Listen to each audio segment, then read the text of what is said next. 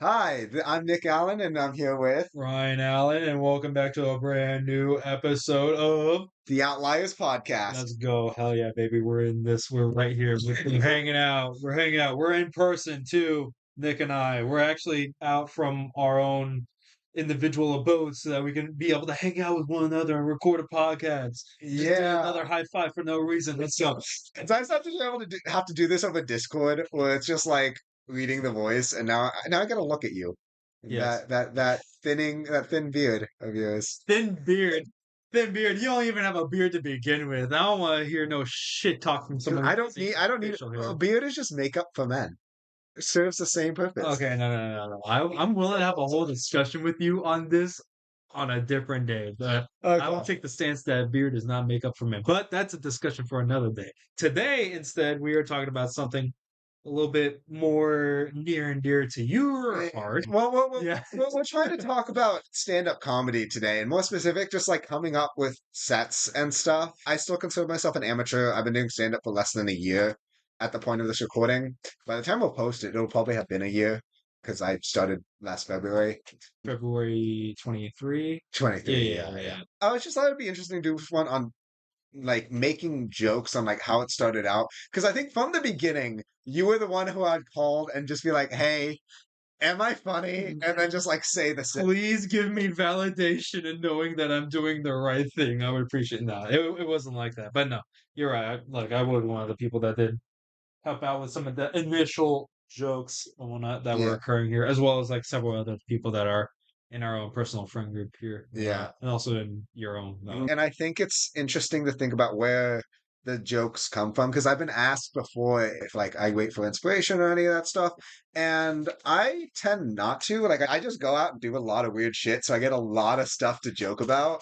I also have a very fun family, so pretty much every Christmas is just new material. Like, oh, like let's do this, but it's different from having like stories and having inspiration to sitting down and like writing the jokes. So I thought that'd be like interesting to discuss. And as someone who I really rely on to like help refine, Writing half of your material and making sure that everything's spick and span. you're like the filter to it's like, hey, am I gonna sound like an idiot?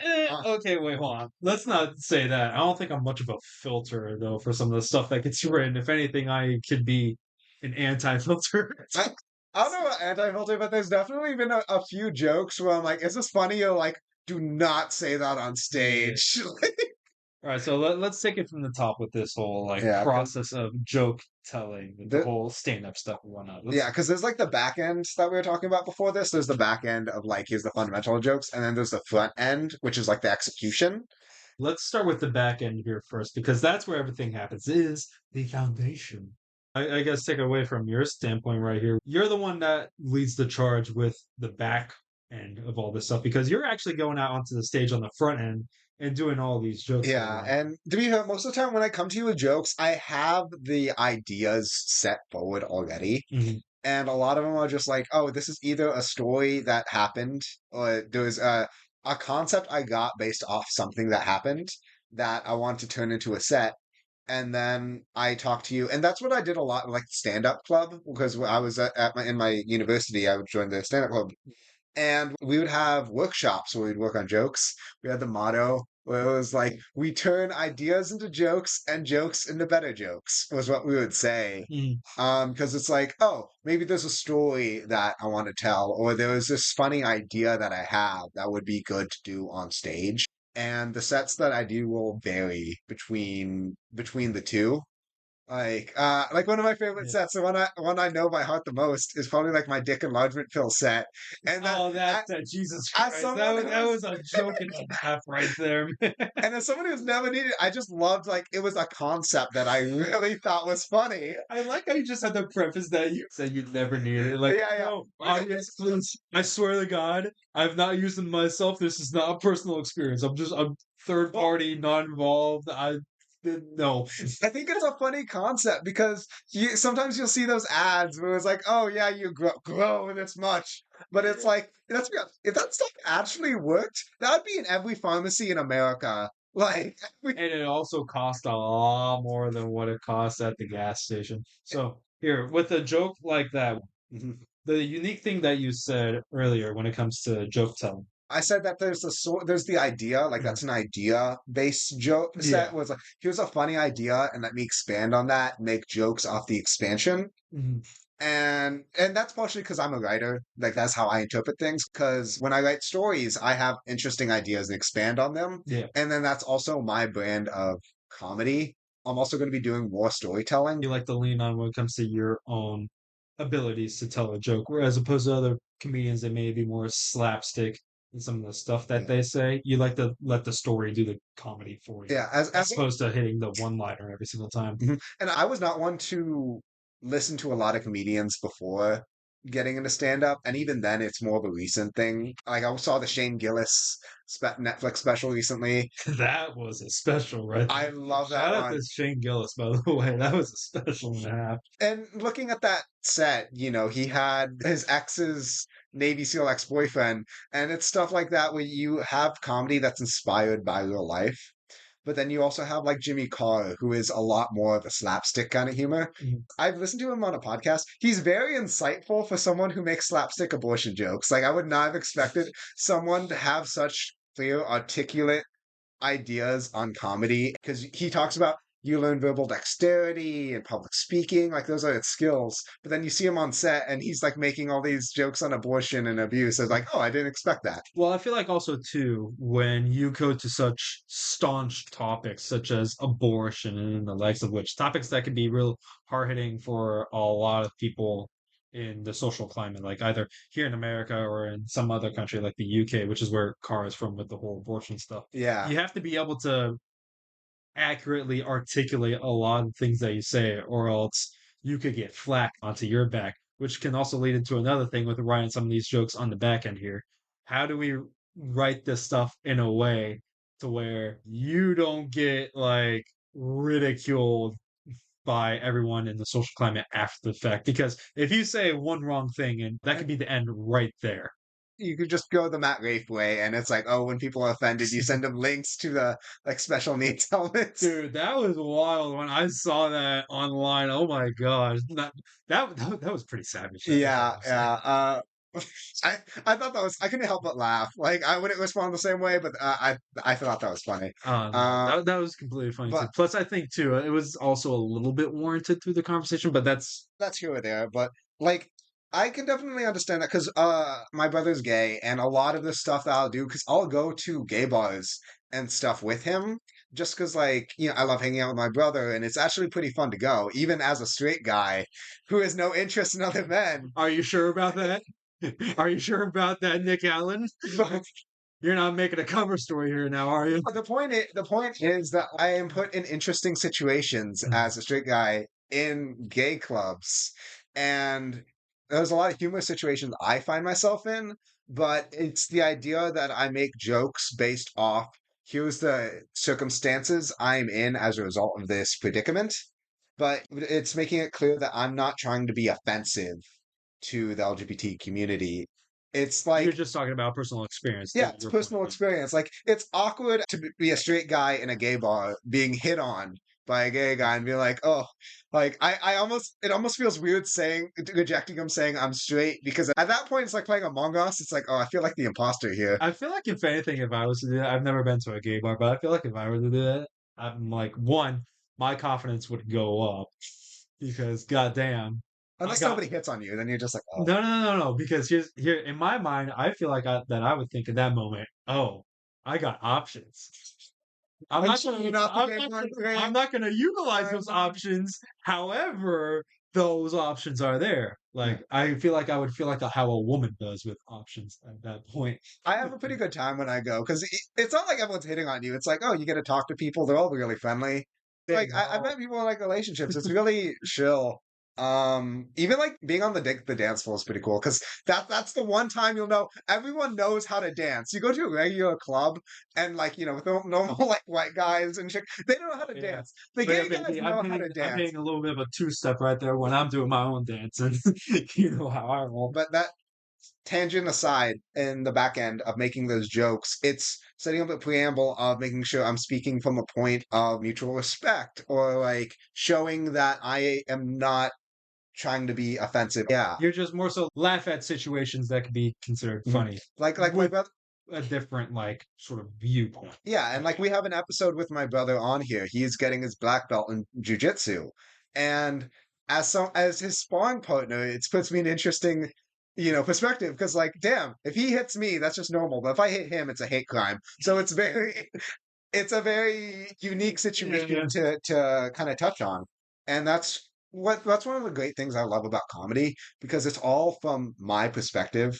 Like I can tell someone else's jokes, it'll never be as funny, and it'll never be as well executed as the person who made the joke because it's from their experience. There are some jokes I love to tell from other people because it's like, oh, here's just a transversible joke, but I could never do the set the same way. One thing that I think we should also touch on as well with doing this whole back end stuff is whether or not the jokes that get told are like you said, like a lot of the stuff that you talk about is story based and it leans on personal experience. Mhm. So, Except for the Dick and Lodgement ones. Except for the Dick and Lodgement are you ones. sure about that? But Are you sure about that? But that's one I love because it's like the idea that I put forward and that I find really humorous, and it comes to like people having their own sense of humor. Yeah, exactly. So, but in terms of like those own personal experiences and whatnot, I think it leads into the question how much of it should be exaggerated, or if at all, to be able to elicit a reaction that you want out of the audience. My dad always says, "Don't let the truth get in the way of a good joke."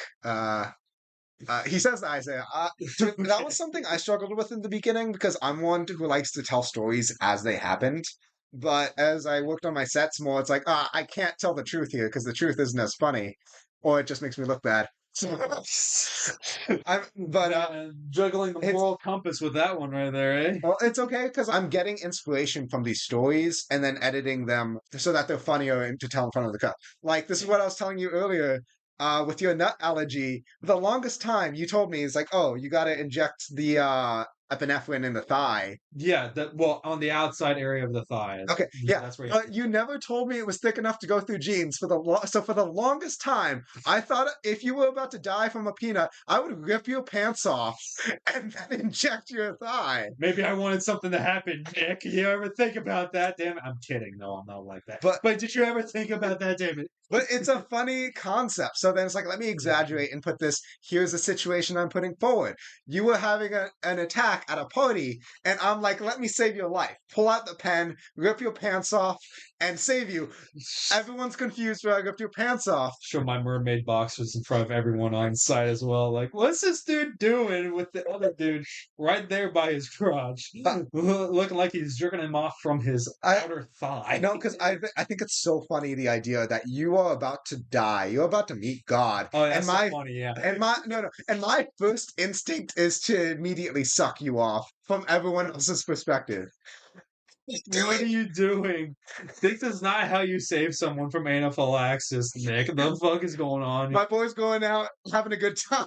But I think that's a funny and then there's that idea I'm putting forward and then making a joke off that saying now everyone is in front of me pretending to have a heart attack.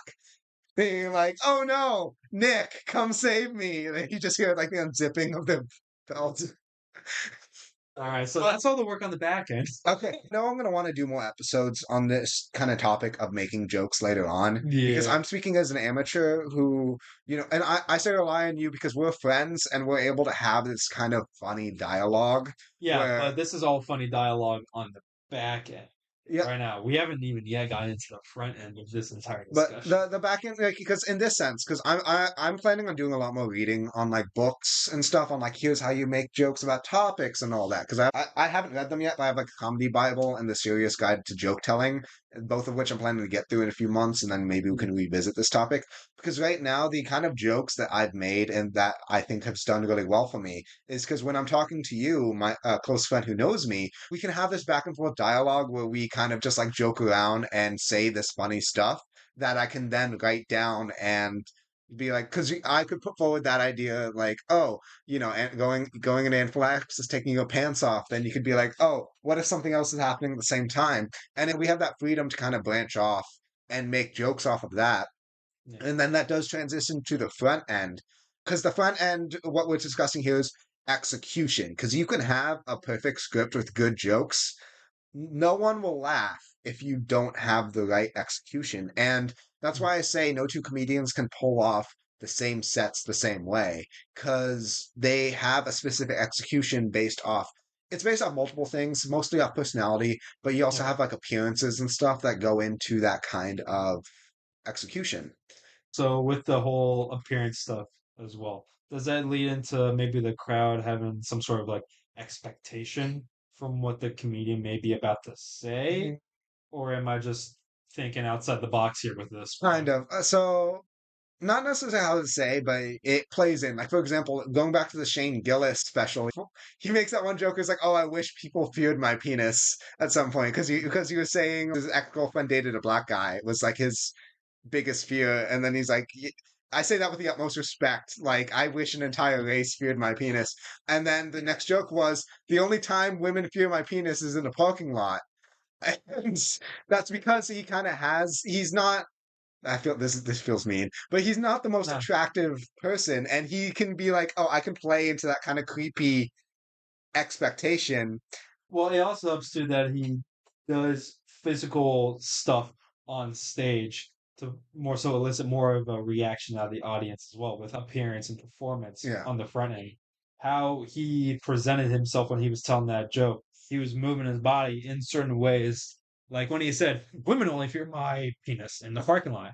yeah, You saw how he moved when he said that joke. yeah, yeah. Hunched over, arms down, just like, eh. That's another thing. Body language is a big one, Yeah. and I'm thinking about like Matt Rafe. Matt Rafe is a very attractive. I say saying this as a straight guy. He's a very attractive man. Are you saying you would suck him off in the gay club? Only if he's having an allergic reaction to peanuts. Let's go. Hell yeah, that's my boy. But that's why his jokes are like more, like the red flags and conversing with the audience, Mm. because has that very personable personality. And you can also look at John Mulaney, which it makes sense given, his going into rehab. But he's very frantic on stage. He's very much moving around. He has those fast changes in pitch. And it's very funny because it's his style. That's how he moves. And that's kind of one of the big things a comedian has to learn. At least that's my understanding as an amateur. I have to understand my own style.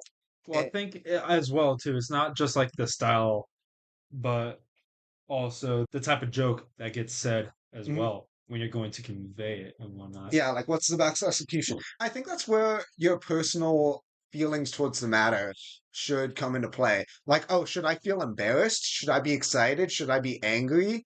Yeah, that's where you're towing the line right there, trying to figure out the crowd when you're working and all that. Well, the crowd should know what your feeling towards the subject you're discussing is. So, like, if I'm doing the set on, where I'm pulling your pants off, and I realize, oh, I didn't need to do that, the proper reaction that the audience would expect is, oh, I'm very embarrassed. And it's just like, oh, why did I do that?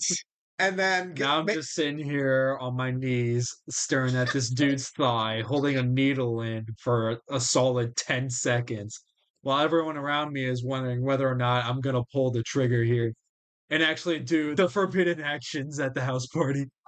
then I transition into the next joke where I'm like, I wish my friends would stop faking medical emergencies in front of me. And it's like they sound a little bit annoyed. Like this is a persistent issue where my friends are like, oh, if I die in front of Nick, I'm gonna get some head, so let me just fake a heart attack.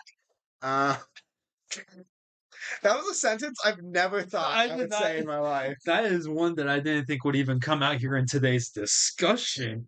Like But I knew you were gonna talk about the whole dick enlargement pills and the gay club stuff, but that was out of left field right but there, man. All right. to the Dick and Roderick ones. That's one set where it's funnier the more desperate and invested I sound in this being real. Like the more angry I sound at the fact that Dick and Roderick pills don't actually work, the funnier it is. Yeah, Or like the joke that we have where I'm like always like, please, like whenever there's a girl there and it's like, oh, that I wish I could was. get her. Please, the more desperate I sound, the funnier that execution is. Mhm. And that all goes into being able to properly convey how to do a joke on the front end. So So to wrap up everything right here with the back end, with the back end, it's no two comedians can tell the same joke. You have to use your sense of humor and say, here's what I find funny, and let me deliver this information in a succinct way. And then that leads to the front end. It's how do I deliver this information? And all of that goes into like body language. What is your tone towards the information? Are you sounding angry about it? Are you happy? Those different things will factor into the execution of a joke.